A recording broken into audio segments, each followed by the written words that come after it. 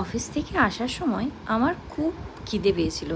ভাবলাম কী খাবো কী খাবো, এদিক ওদিক অনেক দিক তাকিয়ে দেখলাম এত নোংরা সব জায়গাগুলো, কিন্তু একটা দাদার কাছে দেখলাম খুব ক্লিনভাবে চাট বানাচ্ছিল।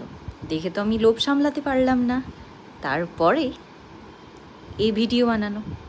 দাদা এত ক্লিনলি সব কিছু করছিল এবং দাদা প্রত্যেকটা চাট বানানোর আগে হাতটা ধুয়ে নিচ্ছিল।